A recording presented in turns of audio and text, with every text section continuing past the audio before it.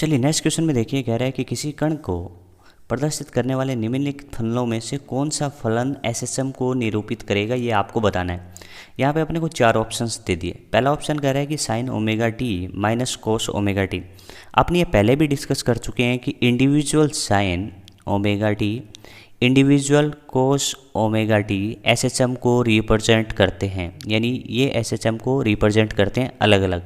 लेकिन उसके बाद बात होती है कि sine omega T plus minus cos omega T भी एसएचएम को रिप्रेजेंट करते हैं, क्योंकि यहाँ पे ओमेगा है तो यहाँ पर भी ओमेगा है।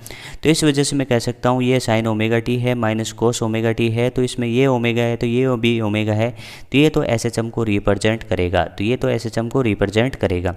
अब बात आती है कि sine cube omega T SHM को रिप्रेजेंट करेगा या नहीं करेगा। तो आपका जो इसमें अगला स्टेप होना चाहिए, वो स्टेप ये होना चाहिए कि साइन क्यूब को आप साइन के पावर 1 में कन्वर्ट करने की कोशिश करें।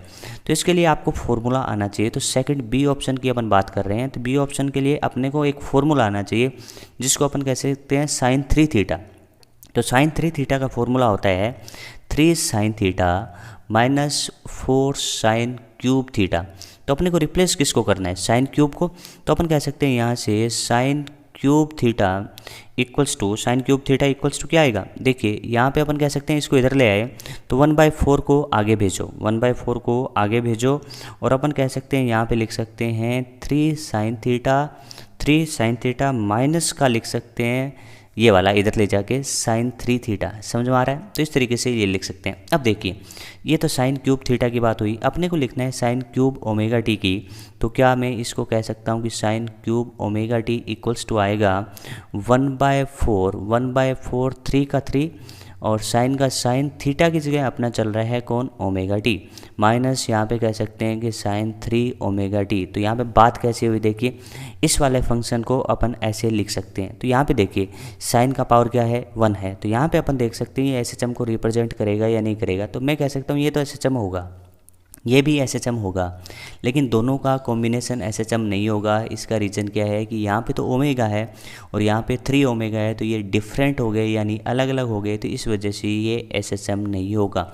तो ये खुद एसएचएम नहीं होगा, लेकिन ये एसएचएम होगा, साइन ओमेगा टी ये टर्म एसएचएम होगी, ये एसएचएम होगी, लेकिन दोनों का कॉम्बिनेशन एसएचएम नहीं होगा, क्योंकि यहाँ पे ये ओमेगा है तो वो 3 ओमेगा टी है। ठीक है, तो इस वजह से ये एसएचएम को रिप्रेजेंट नहीं करेगा।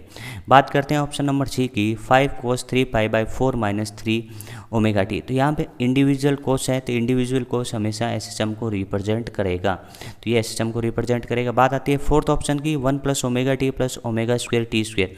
ये वाला जो अपने को फंक्शन दिया है हमेशा क्या करेगा, इंक्रीज करेगा, हमेशा क्या करेगा, इंक्रीज करेगा। देखिए साइन का जो ग्राफ होता है या साइन का जो फंक्शन होता है वो कभी इंक्रीज करता है कभी डिक्रीज करता है, तो इस वजह से एसएचएम होता है। लेकिन ये वाला फंक्शन तो कभी भी लौट के वापस आएगा ही नहीं, यानी इंक्रीजिंग फंक्शन है। तो इंक्रीजिंग या डिक्रीजिंग जो फंक्शन होते हैं ऑलवेज वो कभी भी एसएचएम को रिप्रेजेंट नहीं करते, तो ये भी रिप्रेजेंट नहीं करेगा। तो इस तरीके से अपन कह सकते हैं इंडिविजुअल साइन रिप्रेजेंट करेगा, इंडिविजुअल कोस रिप्रेजेंट करेगा, साइन और कोस का कॉम्बिनेशन तभी रिप्रेजेंट करेगा एसएचएम को जब दोनों के ओमेगा सेम हो। इसी वजह से साइन क्यूब ओमेगा टी अपन एसएचएम को रिप्रेजेंट नहीं कर पाया, क्योंकि इसके अंदर एक ओमेगा है तो दूसरा 3 ओमेगा है, और ये तो इंडिविजुअल कोस था तो रिप्रेजेंट करेगा, और ये इंक्रीजिंग फंक्शन था तो रिप्रेजेंट नहीं करा। तो इस वजह से सही ऑप्शन होंगे option number A and C.